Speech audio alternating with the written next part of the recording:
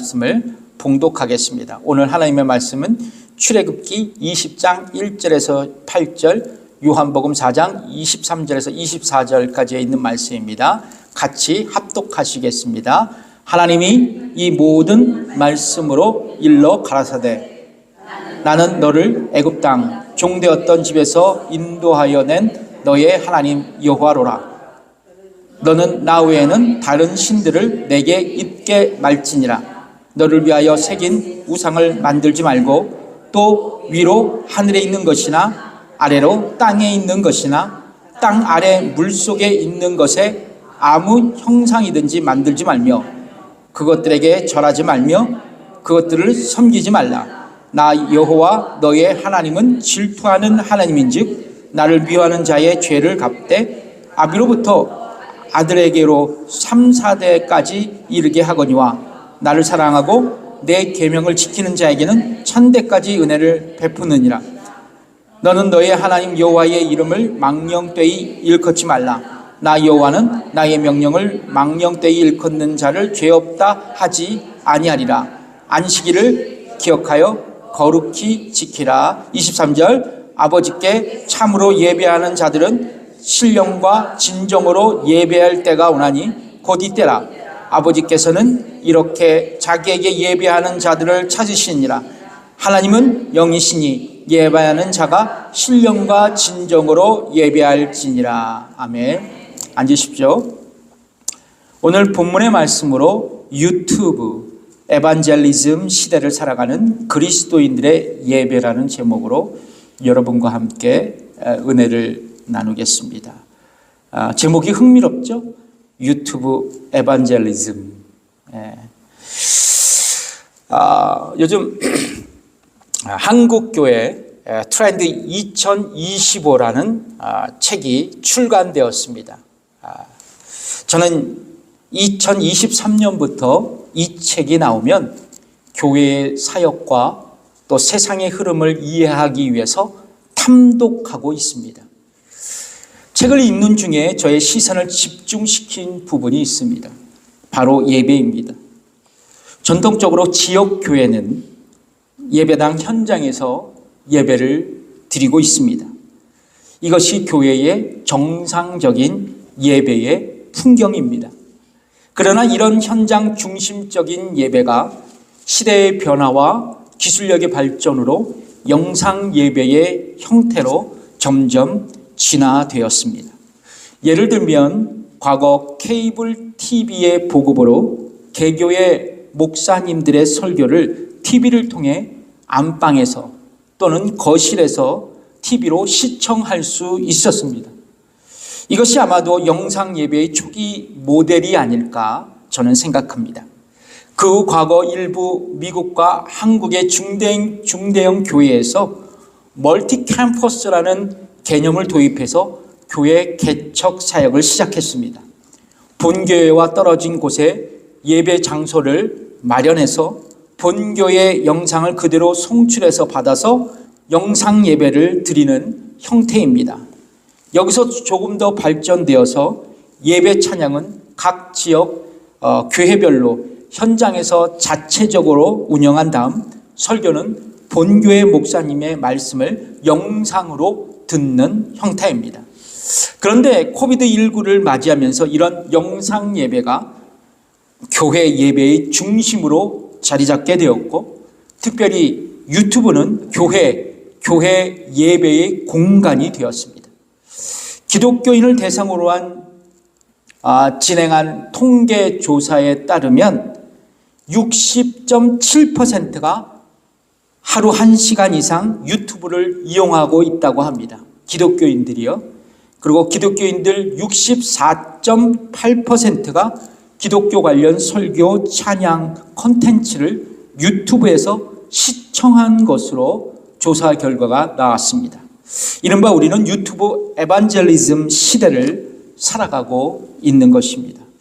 이런 유튜브 예배의 광풍은 기독교인들이 시간이나 장소에 구애받지 않고 스마트폰으로 영상을 시청할 수 있는 것으로 더욱 열기를 더해 가고 있습니다.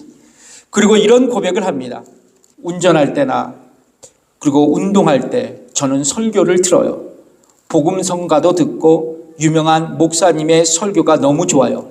이해가 너무 잘 돼요. 은혜를 많이 받고 있어요.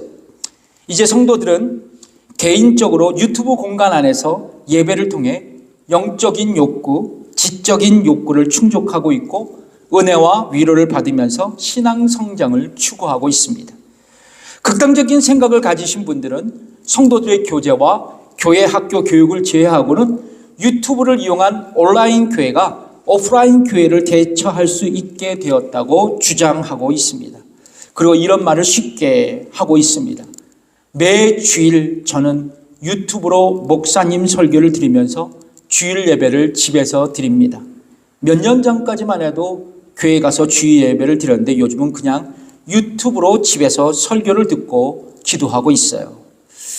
마침내 주일 예배마저도 나홀로 부흥회를 하면서 종교적 욕구를 나홀로 채우는 실정이 우리의 시대입니다. 그야말로 신앙생활의 지형이 달라지고 있습니다. 그렇다면 과연 이런 현상이 지옥교회의 선한 유익을 가져다 줄까요? 아니면 해악을 가져다 줄까요? 그렇습니다. 우리 모두는 예배의 위기 속에 살아가고 있습니다. 중요한 것은 이것입니다. 우리가 다시 한번 성경 속에서 말씀하시는 예배에 대해 생각하고 성경적인 예배를 드릴 수 있어야 합니다. 그렇다면 여러분, 우리는 유튜브 에반젤리즘 시대 속에서 살아가면서 어떻게 예배를 생각해야 하며 어떻게 예배를 드릴 수 있어야 할까요? 성경학자들은 출애굽기의 단락을 장소와 내용상으로 구분하고 있습니다. 한번 보시면 먼저 장소의 근거에서 구분한다면 애굽에서의 이스라엘, 출애굽기 1장부터 13장까지에 있는 내용이에요. 광야에서의 이스라엘, 13장부터 18장까지에 있는 내용입니다. 그리고 마지막 시내산에서의 이스라엘, 19장부터 마지막 40장까지에 있는 내용이에요. 그러니까 장소를 구분해서 출애굽기를 구분하고 있고요. 또 내용의 근거에서 출애굽기를 이렇게 구분하고 있습니다. 하나님께서 이스라엘을 애굽에서 구원하신 1장부터 18장까지, 하나님께서 이스라엘에게 율법을 주신 출애굽기 19장부터 24장까지, 그리고 하나님께서 이스라엘에게 성막을 지으라고 명령하신 그게 출애굽기 25장부터 마지막 40장까지입니다. 근데 보면 오늘 본문은 뭐냐면, 잘 보시면서 들으세요. 오늘 본문은 하나님께서 이스라엘 백성들에게 시내산에서 율법을 주시는 장면이 기록되어 있습니다. 다시 한번, 하나님께서 이스라엘 백성들에게 어디에서? 시내산에서 뭐를 주시는? 율법을 주시는 장면이 기록되어 있습니다. 이스라엘 백성들은 이제 애굽을 떠난 지 3개월 만에 드디어 시내산 근처에 도착했습니다. 그리고 이스라엘 백성들은 시내산 부근에서 거의 1년간을 보냅니다. 몇 년이요? 1년입니다. 여러분, 시내산은 어디냐? 전통적으로 에벨 무사, 이 뜻이 뭐냐면 모세의 산이라고 불려지는 곳입니다. 해발 2300m에 달하는 아주 높은 산이죠. 산에 사진에서 보듯이 수많은 사람들이 동이 트기 전 이른 새벽에 이 에벨무사, 이 모세의 산에 올라갑니다. 그리고 함께 동을 트는 것을 보면서 함께 성지 순례를 하는 곳이 바로 이곳입니다. 수많은 사람들이 찾아가요. 시내산에서 하나님은 이스라엘 백성들과 함께 언약을 체결하십니다. 그리고 하나님께서 시내산에 강림하세요. 그리고 10가지의 율법 10계명을 주십니다. 영어로 데칼로그라고 합니다. 데칼로그. 이 데칼은 무슨 뜻이냐? 10개라는 뜻이에요. 로그는 말씀입니다. 그러니까 10개의 말씀, 10개의 율법이라는 뜻이에요. 데칼로그. 이 내용이 출애굽기 20장 1절에서 17절까지 이 10계명의 율법이 기록되어 있습니다. 특별히 제1계명부터 제4계명까지는 뭐냐면 인간이 하나님과의 관계 속에서 지켜야 할 거룩한 율법을 기록하고 있는 거예요. 자, 보실까요? 출애굽기 20장 3절에 보면 제1계명이 기록되는데 읽어보겠습니다. 시작. 너는 나 외에는 다른 신들을 내게 있게 말지니라. 예. 이 말씀이 뭐냐? 하나님 외에 그 어떤 신도 우선하여 섬기지 말라는 뜻입니다. 하나님은 첫 번째 계명에서 이스라엘 백성들에게 절대적인 충성을 요구하고 계시는 거예요. 하나님이 우선되어야 한다는 것을 교훈하신 것입니다. 이 지점에서 우리에게 중요한 질문이 있습니다. 여러분, 우리는 일상의 삶에서 하나님이 우선순위가 되십니까? 하나님 외에 다른 어떤 것이 우리의 우선순위가 된다면 우리는 한참 잘못된 신앙생활을 하고 있는 것입니다. 여러분, 혹시 우리에게 물질이 우리의 삶 속에 우선순위가 되고 있습니까? 그래서 그 물질 때문에 하나님이 다음 순위로 밀려나고 있지는 않나요? 그런데 예수님은 이런 우리에게 이렇게 교훈하고 계십니다. 마태복음 6장 24절 말씀인데 읽겠습니다. 한 사람이 두 주인을 섬기지 못할 것이니 혹 이를 미워하며 저를 사랑하거나 혹 이를 중히 여기며 저를 경히 여김이라. 너희가 하나님과 재물을 겸하여 섬기지 못하느니라. 뭐라고 말씀하세요? 하나님과 재물을 겸하여 섬기지 못한다고 말씀합니다. 왜냐하면 사람은 두 주인을 섬기지 못하기 때문이라고 말씀하고 있는 거예요. 여러분, 이 말씀의 의미, 무슨 의미가 담겨 있는지 여러분 한번 예를 들어볼까요? 처음에는 우리가 필요 차원으로 물질을 구하고 추구합니다. 이것은 잘못된 게 아니에요. 당연한 것입니다. 그래서 빌립보서 4장 19절에서도 이런 말씀을 합니다. 읽겠습니다. 나의 하나님이 그리스도 예수 안에서 영광 가운데 그 풍성한 대로 너희 모든 쓸 것을 채우시리라. 그러니까 하나님께서는 우리의 쓸 것을 채우신다고 말씀하는 거예요. 그러니까 하나님은 우리의 필요를 아신다는 거죠. 채우시는 하나님입니다. 그러나 여러분, 문제가 여기 있는 것 같아요. 어느 정도 물질이 나에게 쌓이고 나의 어카운트에 세이브되기 시작하면 우리는 그 물질이, 그 돈이 나의 행복과 안전을 지켜준다고 믿기 시작한다는 거예요. 어느 사이에 물질이 나에게는 신이 되고 물질이 나의 인생의 우선순위가 돼서 나는 하나님보다 물질을 더욱 의지하게 되는 겁니다. 돈을 사랑하게 되는 거예요. 근데 이런 분들은요, 돈 때문에 평생 행복한 것 같죠? 아니에요. 제가 보니까 평생 스트레스를 받고 불행한 삶을 살아가게 되더라고요. 어떤 남자가 길을 가다가 요술 램프를 주었습니다. 남자는 동화책에서 봤죠. 그래서 본 그대로 램프를 신나게 문질렀습니다. 그러자 램프의 요정 지니가 짠 하고 나오는 거예요. 그래서 뭐라고 말할게요?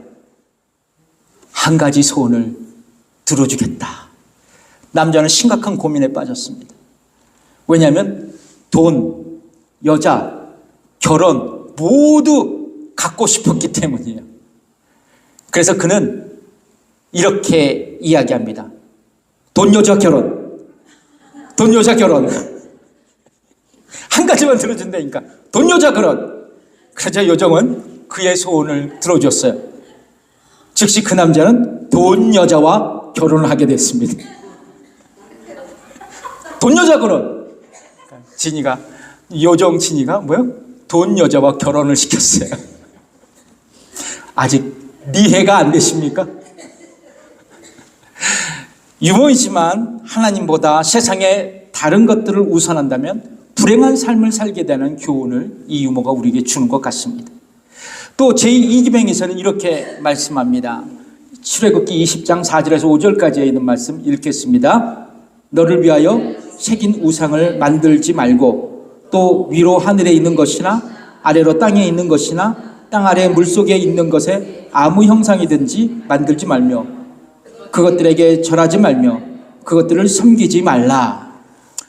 하나님은 당신의 형상을 세상의 그 어떤 것으로도 표현하지 말라고 요구하고 계십니다. 하늘에 있는 것이나 땅에 있는 것이나 땅 밑에 있는 것이나 그 어떤 것도 하나님의 형상을 대체할 수 없다고, 대신할 수 없다고 말씀합니다. 여러분, 종교학적으로 인간은 다신론적인 존재입니다. 역사적으로 보면 그래서 인간은 자신의 안정과 욕구를 성취하기 위해서 다양한 우상을 만들고 그 우상을 숭배해 왔습니다. 예를 들면 여러분, 일본에 가면 8만 신이 있다 그래요. 8만 신이 있다 그럽니다. 인도에는 무려 3억 3천만의 신들이 있다 그래요. 3억 3천만. 그러니까 모든 게 신이야, 인도는. 모든 게 신의 재료가 될 수 있어요. 제가 수년 전 인도의 그 종교적 수도인 바라나시에 선교를 간 적이 있습니다. 선교지를 방문하면서 제가 이제 겐지스 강에 간 거예요. 놀라운 것은 이 겐지스 강가에 우리가 알지 못하는 수많은 우상들을 숭배하는 숭배의 장소, 인도 말은 가트라 그러는데요. 가트가 있습니다. 인도의 순례자들, 인도의 힌두교의 순례자들은 그곳에 가서 다양한 신들에게 아침이 동뜨는 그 시간에 예배를 드리고 숭배하는 시간을 갖습니다. 수많은 신들이 이 지구촌에 곳곳에 세워져 있어요. 그런데 성경은 우상을 만들지도 말고 그 우상에게 예배하지도 말라라고 말씀합니다. 그렇다면 왜 하나님은 우상들을 만들지도 말고 섬기지도 말라고 말씀합니까? 성경은 하나님은 질투하시는 하나님이시기 때문이라고 말씀하고 있어요.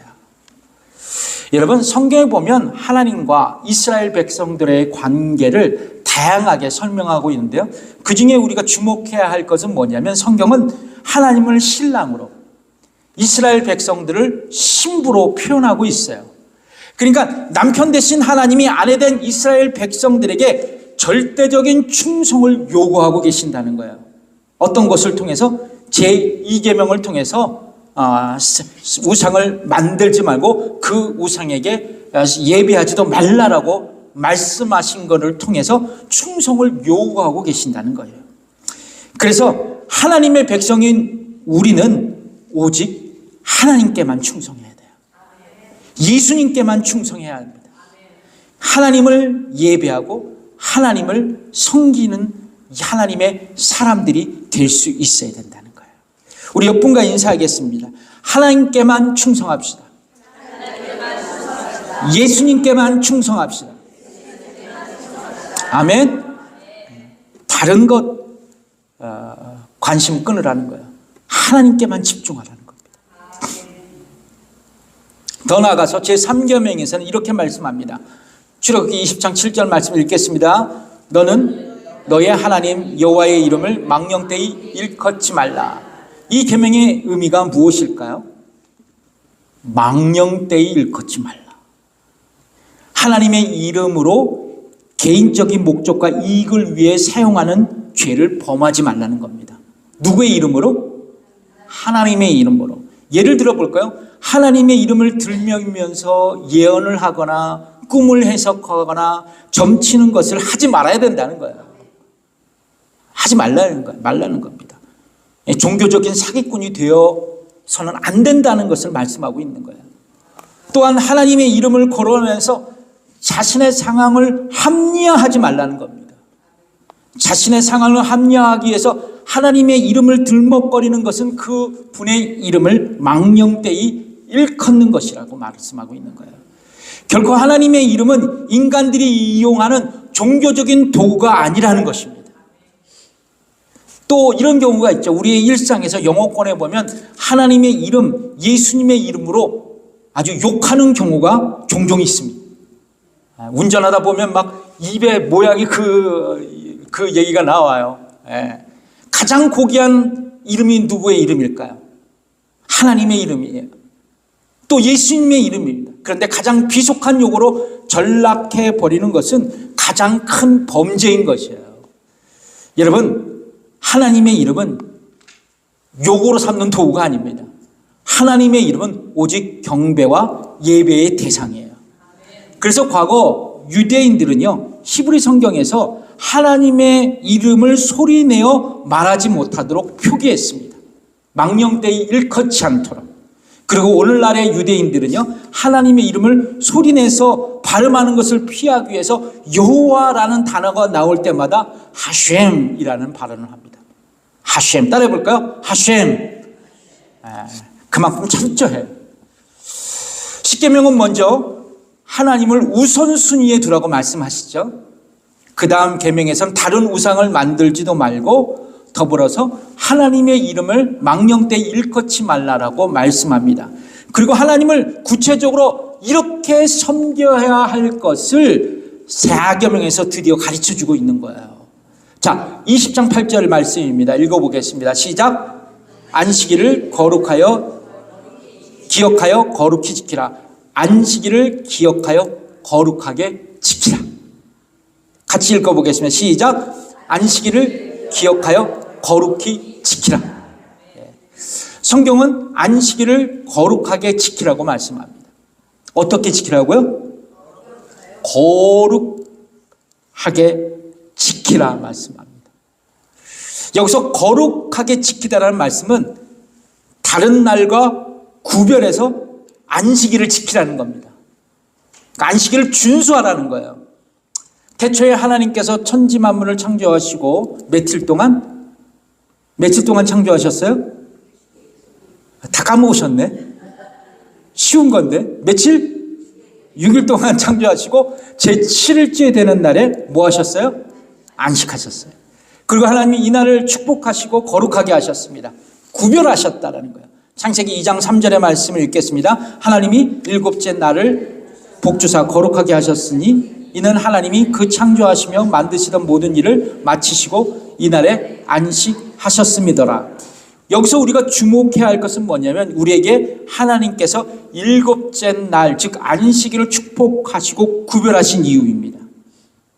그렇지만 하나님은 안식일을 구별해 우리에게 지키라고 명령하신 이유는 무엇일까? 외형적으로 보는 거예요. 외형적으로 보면 하나님이 천지를 창조하신 후 제7일에 안식하셨기 때문에 동일하게 모든 인간이 쉬어야 할 뿐만 아니라 짐승들도 안식해야 한다는 것이에요. 하나님이 쉬셨기 때문에.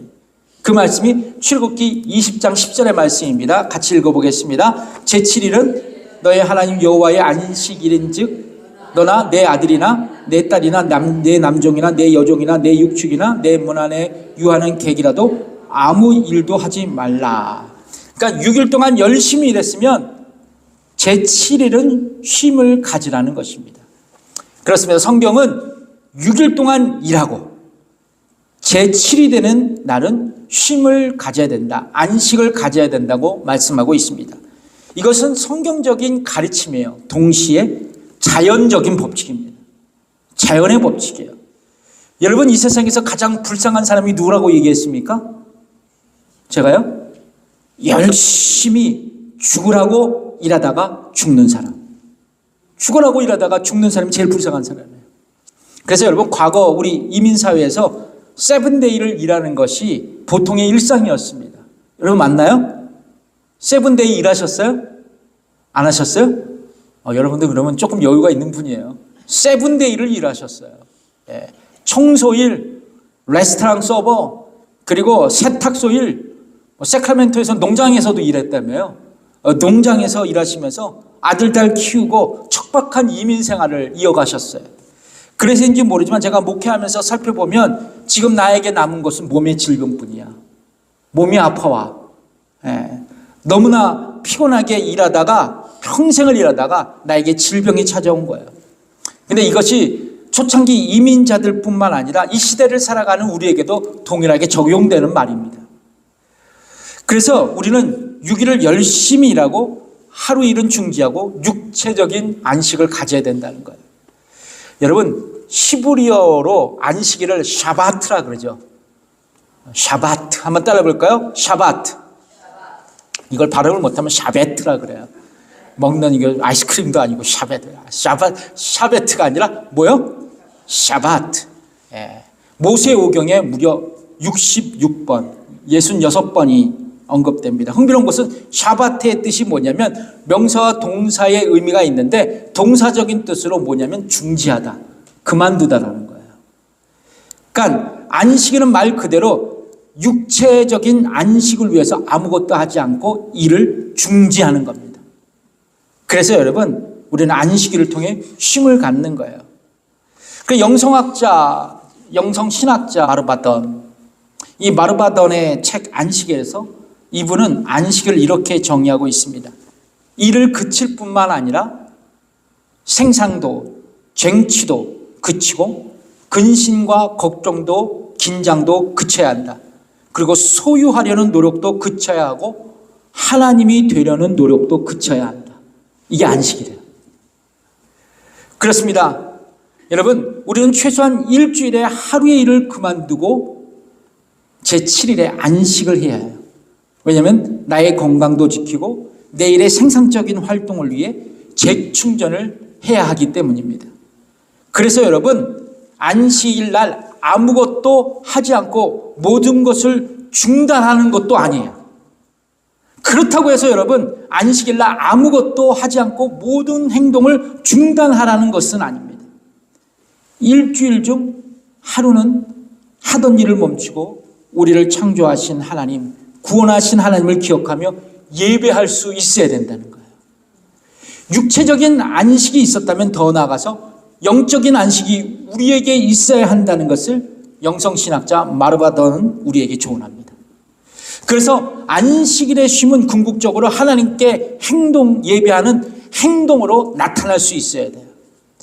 특별히 여러분, 성경에 보면 예배를 명령하신 여호와 하나님만이 우리의 예배의 대상인 것을 말씀하고 있습니다.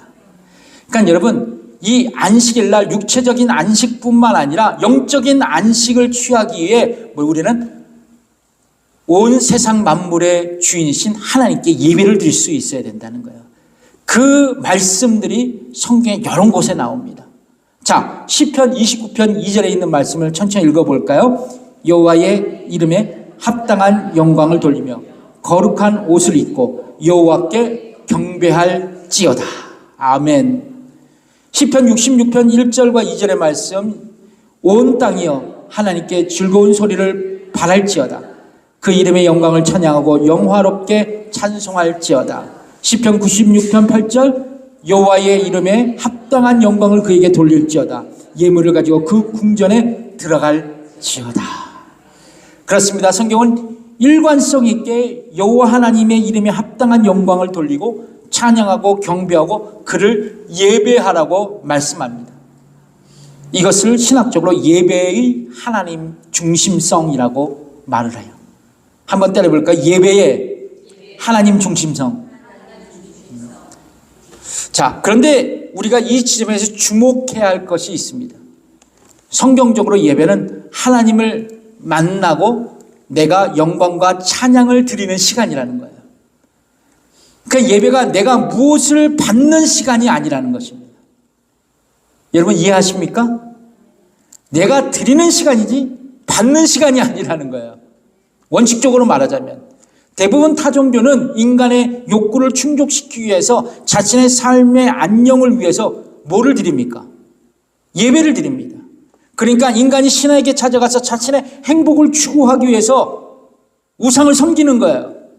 그래서 인간은 역사가 시작되면서 수많은 신과 우상들을 만들어냈습니다. 그리고 그들에게 숭배했어요. 그러나 기독교 예배는 타종교와 달라요. 기독교 예배는 우리가 드리는 예배는 하나님께 내가 드려지는 시간입니다. 내가 사랑을 드리는 거예요. 누구에게? 하나님께 말이죠. 여러분, 돈을 사랑하면 뭐를 예배합니까? 돈을 예배합니다. 여러분, 권력을 사랑하면 권력을 예배해요. 쾌락을 사랑하면 쾌락을 예배합니다. 그러나 우리는 창조주 하나님을 사랑하고 그분을 예배해야 돼요.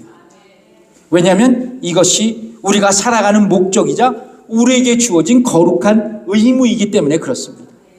그래서 이사야서 43장 31절에 보면 이 말씀이 기록되어 있어요. 읽어보겠습니다. 이 백성은 내가 나를 위하여 지었나니 나를 뭐하게? 찬송하게 하려 함이니라. 그렇습니다. 하나님께서 인간을 창조하신 목적, 그 목적이 뭐냐? 당신이 지으신 인간으로 하여금 창조주 하나님을 찬양하게 하는 것, 하나님을 예배케 하는 것이에요. 그러므로 여러분, 주일에 예배를 드리는 것은 하나님의 명령이고 동시에 성도들에게는 거룩한 의무가 되는 겁니다. 따라해 보실까요? 주일 예배는 하나님의 명령이다. 주일 예배는 성도들의 거룩한 의무이다. 그래서 주일 성소는 성도들에게 신앙적으로 보면 기본 자세와 같은 거예요. 기본 자세. 이 기본 자세가 흐트러지면 군인이 아니잖아요. 예. 그러니까 기본 자세가 흐트러지면 성도들이 아니에요. 예. 여러분, 여기서 질문이 생겨요. 이게 질문이 생깁니다. 주일 성소라는데 꼭 교회에 나와야 되나요? 이게 요즘 유튜브 예배의 광풍의 시대의 탑 논쟁거리입니다. 주일 성수를 하는데 꼭 교회에 나와야 되나요? 저는 꼭 교회에 나와야 한다고 믿습니다. 왜냐하면 인간은 홀로 예배를 드릴 수 있는 성숙한 존재가 아니기 때문입니다. 여러분, 코비드19 때 경험하셨죠? 맨 처음에는 씻고 옷을 잘 차려입고 자리에 앉아서 예배를 시간 맞춰서 드리는데 시간이 갈수록 자세가 흐트러지고 씻지도 않고 그냥 파자마 바람에 멍하니 영상을 보면서 이제 언제 끌래나 시간이나 보고 있는 우리의 모습. 다들 그런 간증을 하시더라고요. 여러분, 나 홀로 예배를 드릴 때 온전한 예배를 드릴 수 없어요. 왜냐하면 인간은 연약한 존재이기 때문이에요. 그래서 여러분, 우리는 함께 교회에 모여서 예배를 드려야 돼요. 이렇게. 그래서 서로가 서로에게 예배의 격려자가 되는 거예요. 감시자가 되는 게 아닙니다. 격려자가 되는 겁니다. 그래서 하나님께 최선의 예배를 드리도록 서로가 서로에게 격려자가 되는 거예요. 함께 시너지 효과를 이루면서 예배를 드릴 수 있어야 돼요. 그래서 한두 사람이 모인 곳에 역사가 일어나는 겁니다. 그 예수님은 이 말씀을 하시잖아요. 두세 사람이 내 이름으로 모인 곳에도 나도 그들 중에 어떻게 하신다고요? 있느니라고 말씀하는 것이에요. 그렇다면 여러분, 거룩한 성도의 의무로서 예배는 어떻게 드려야 되나? 저는 요한복음 4장 23절과 24절에서 우리에게 충분한 힌트를 주고 있다고 믿습니다. 이 구절에 보면 우리가 어떻게 예배를 드릴 것인가에 대한 명확한 대답이 제공되어 있어요. 예수님은 어느 날 수가성 여인에게 하나님께서 기뻐 받으실 만한 예배에 대해 말씀합니다. 그 얘기가 요한복음 4장 23절에서 24절의 말씀이에요. 읽겠습니다. 시작. 아버지께 참으로 예배하는 자들은 신령과 진정으로 예배할 때가 오나니 곧 이때라. 아버지께서는 이렇게 자기에게 예배하는 자들을 찾으시니라.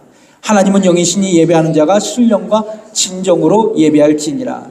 하나님께서 찾으시는 예배자가 누구라고 예수님께서 말씀하세요? 찾으시는 예배자.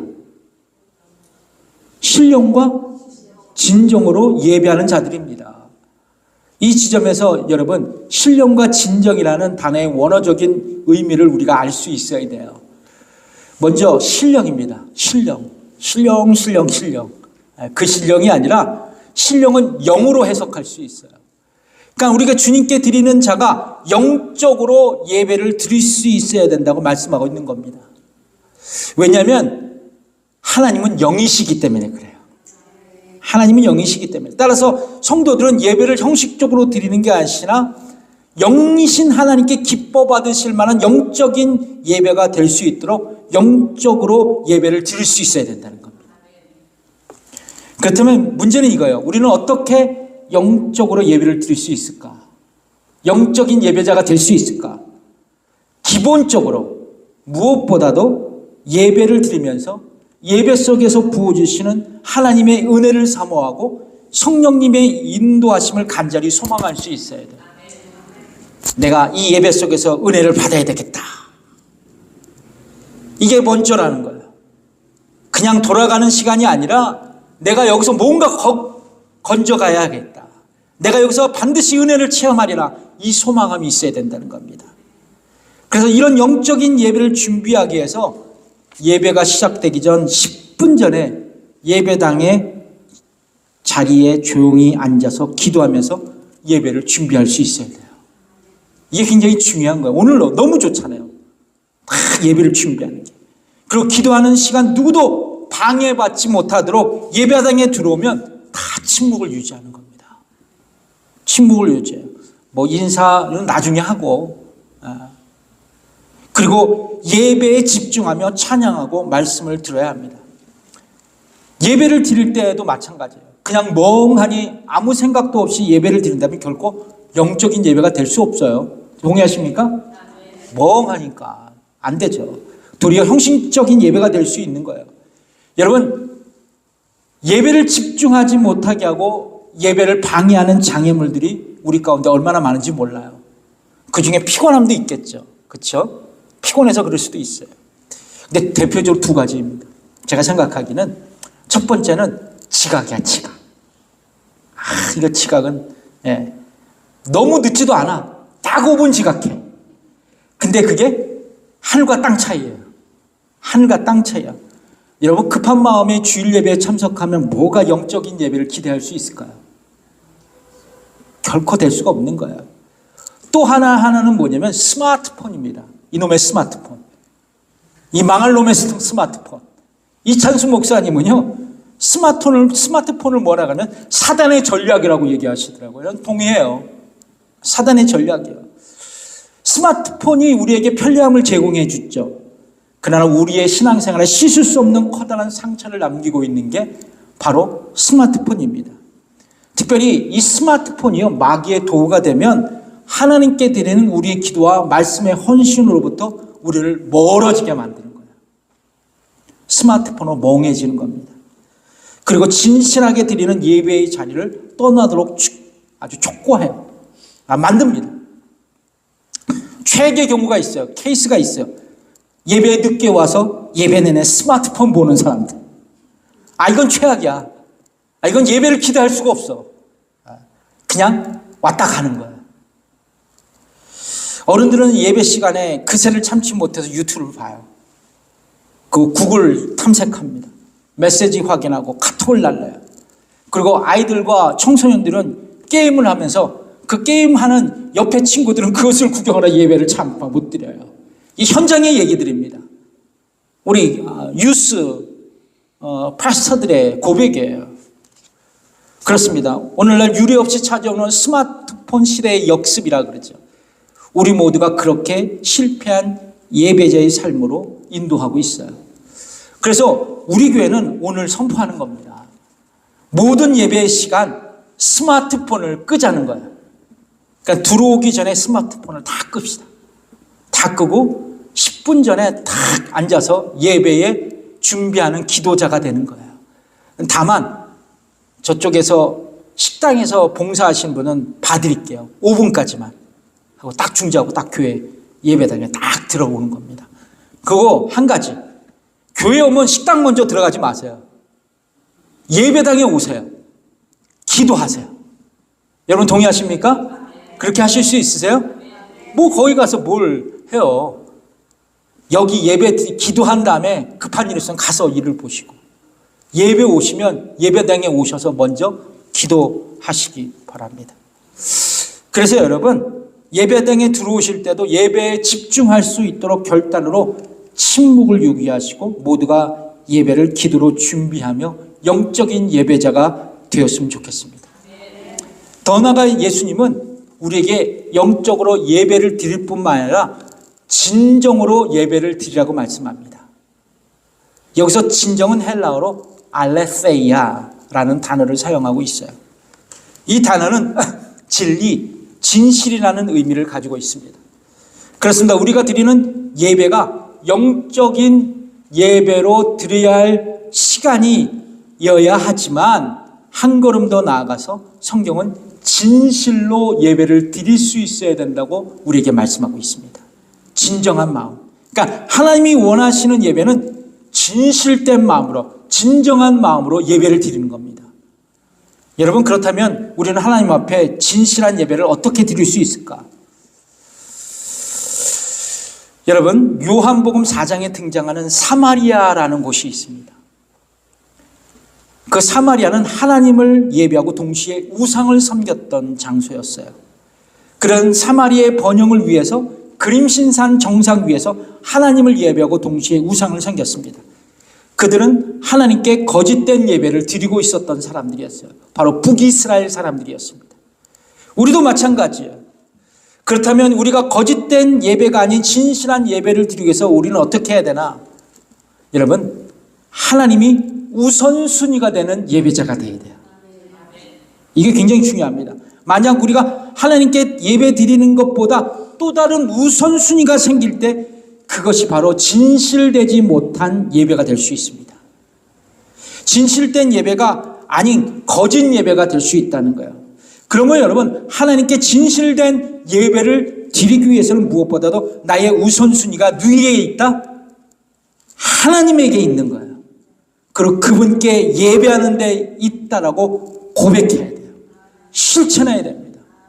그래서 여러분, 하나님보다 또 다른 것이 우선순위가 돼서 생각으로 그 우선순위를 생각하고 예배한다면 그것은 거짓된 예배예요. 모든 것을 내려놓으세요. 하나님만을 생각하며 하나님만을 예배하는 겁니다. 이게 진실된 예배예요. 여러분, 오늘 이 말씀 꼭 기억하시면서 이 유튜브 광풍의 시대에 살아가는 우리가 진정한 예배자로 다시 새롭게 거듭나는 우리 모두가 되었으면 좋겠습니다. 기도하겠습니다.